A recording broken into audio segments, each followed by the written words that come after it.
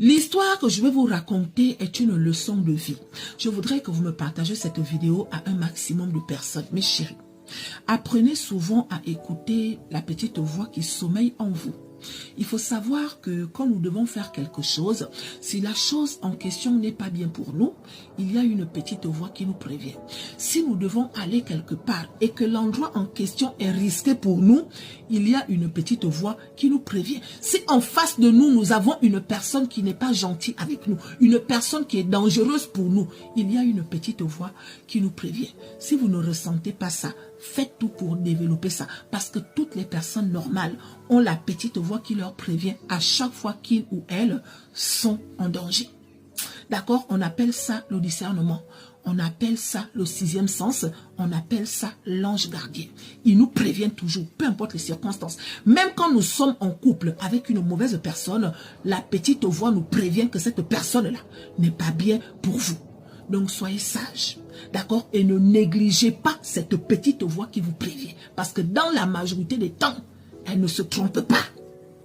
D'accord? Donc la jeune fille là, c'est une jeune fille qui a appris l'esthétique. Vous connaissez les gens qui coiffent les artistes, qui coiffent les modèles, tout ce que nous connaissons là. Elle a appris ça à l'école.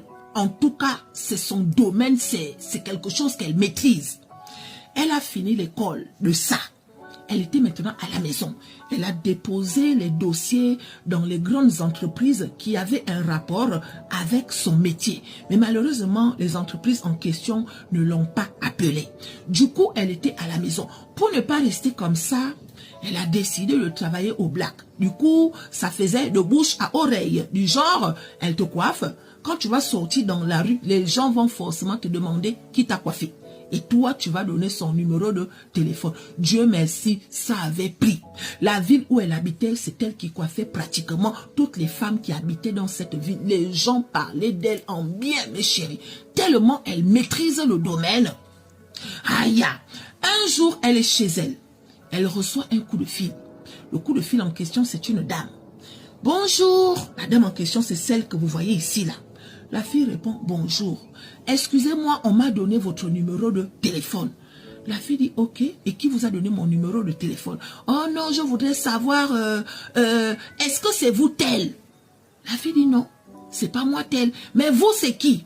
Elle dit que, vous m'appelez pourquoi? Elle dit non, excusez-moi, c'est quelqu'un qui m'a donné votre numéro de téléphone. Du coup, je ne sais pas si c'est le bon numéro. La fille dit non, moi je suis coiffeuse. Voilà ma soeur, justement, c'est toi que je cherchais. J'ai besoin de quelqu'un pour me coiffer, s'il te plaît. Est-ce que vous êtes disponible? La dame a dit que oui.